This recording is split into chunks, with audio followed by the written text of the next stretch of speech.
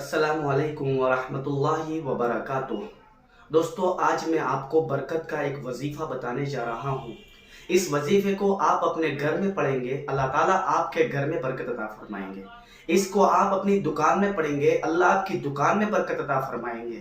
اس کو آپ اپنی فیکٹری میں پڑھیں گے، اللہ آپ کی فیکٹری میں برکت عطا فرمائیں گے۔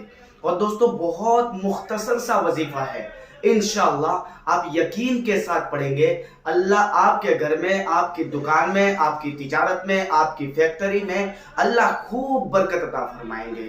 صرف اتنا سا وظیفہ ہے، رب انی لما انزلت الی من خیر فقیر۔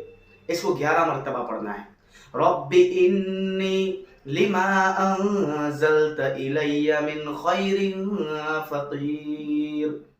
اس کو میں نیچے کومنٹ میں بھی دے دیتا ہوں اور ڈسکرپشن میں بھی دے دیتا ہوں، آپ وہاں سے بھی دیکھ سکتے ہیں۔ اس کو 11 مرتبہ پڑھنا ہے۔ جب دکان جائے 11 مرتبہ پڑھے، جب فیکٹری جائے 11 مرتبہ پڑھے، جب آپ اپنے گھر میں جائے 11 مرتبہ پڑھے، اللہ تبارک و تعالیٰ خوب برکت عطا فرمائیں گے۔